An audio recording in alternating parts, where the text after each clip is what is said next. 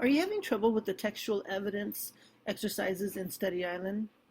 Well, watch this video and hopefully it'll help shed some light on how to answer some of the questions. You probably think of arguments as disagreements that turn into yelling matches, but an argument isn't necessarily a fight. An argument is a reason or evidence that a writer gives to support his or her case. Think about a lawyer who argues a case in front of the Supreme Court.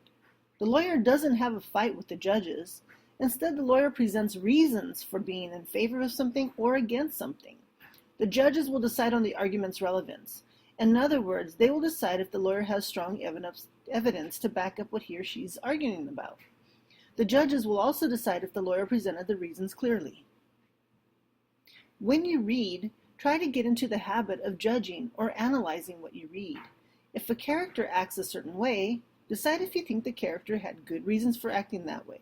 In other words, is the character's behavior evidence of something? If a character solves a problem, decide for yourself if that was the best solution. Learn to do what a lawyer does and consider who your audience is when you're writing or making a presentation. Lawyers like to know a lot about the judge who will listen to them argue a case. You need to find out what you can about your audience so that you can plan a presentation that will get their attention. Here's an example. Jackson thinks he'd like to enter the talent show at his school. He's asked his friends to help him decide what to do. They have lots of advice. "Sure, you should be in the show," his friend Lori Beth says. "I definitely think you should." "I wouldn't do it," Jackson's friend Bobby says. No way." "I think you should go for it," Angelica says. "You've been taking guitar lessons for 3 years and I think you're really good. Plus, you can sing a song all the kids like and you'll be a hit." So here's a question. Which one of the friends makes a relevant argument or gives reasons that make sense? The answer? Angelica does. Lori Beth and Bobby don't give any reasons at all. They certainly don't consider Jackson's talents. Angelica gives good support for why she thinks Jackson should be in the show. "You're really good," she says, and she adds, "You can sing a song all the kids like." When analyzing evidence, ask yourself the following questions. What do I really need to know? Then decide if the information you're being given can tell you what you need to know. Then ask, what do I already know? Remembering what you already know about a topic will help you focus on new information. Once you're focused, learning new information will be easier. Next, ask yourself, what else do I want to know? You might find other sources of information to tell you answers to all of your questions. Finding more than one source of information is almost always a good idea. For example, you might read about the people of ancient Egypt in your social studies book, in an encyclopedia, and on a website. Each source should provide new information or help you understand information you already have. Then ask yourself, what will I do with what I know? Will you need to answer homework questions, take a test, present your new knowledge in a speech, a brochure, or a video presentation? Decide which information to include and what format you should present it in. For example, your teacher has assigned a report on trains and railroads of the 1800s. You search for the phrase trains and railroads and the internet pulls up several articles including the following: Railroad History of North America, The Trains of Great Britain, and Railway Acts and Steam Tracks, Train History 1804 to 1893. Question: which of these articles will be most helpful to you?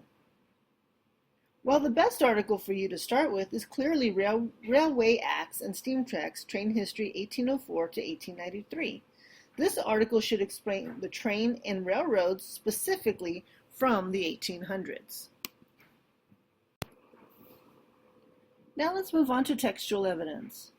A reader uses textual evidence to support answers to questions about a text. The reader should find details within the text to best prove his or her answer, inference, or opinion about the text. How do you know the answer? This question is an important part of using textual evidence. For example, after your class reads a passage together, your teacher asks you a question about the passage. Following your answer, the teacher asks you, "How do you know that answer is correct?" Your teacher is asking you to support your answer by citing information from the text. Supporting your answer in this way is known as finding textual evidence. When citing textual evidence, you could respond in a number of ways. First, you could say, in paragraph 3, the passage said, or you might say, the author wrote, or the picture showed, or the main character said. Here's an example. Ben's class reads the following paragraph. Dr. Jonas Salk was an American medical researcher who developed the first successful vaccine against polio, a terrible disease. Polio left victims, most often children under 5 years of age, with varying degrees of lifelong paralysis. In 1957, Dr. Salk's vaccine was introduced. Since that time, polio infections have declined 99%. Dr. Salk's vaccine saved millions of people's lives and kept millions more from living in wheelchairs due to paralysis. When the class finishes reading the paragraph, Ben's teacher asks him, "How do you know Dr.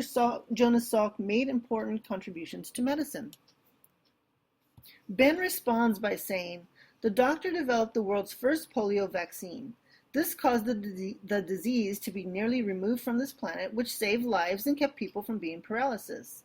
In this case, Ben is using textual evidence to back up his answer because he's using information from the passage. Now that you know more about what evidence is and how to provide evidence to support an answer, go back to Study Island and complete the textual evidence exercises. Created using Powtoon.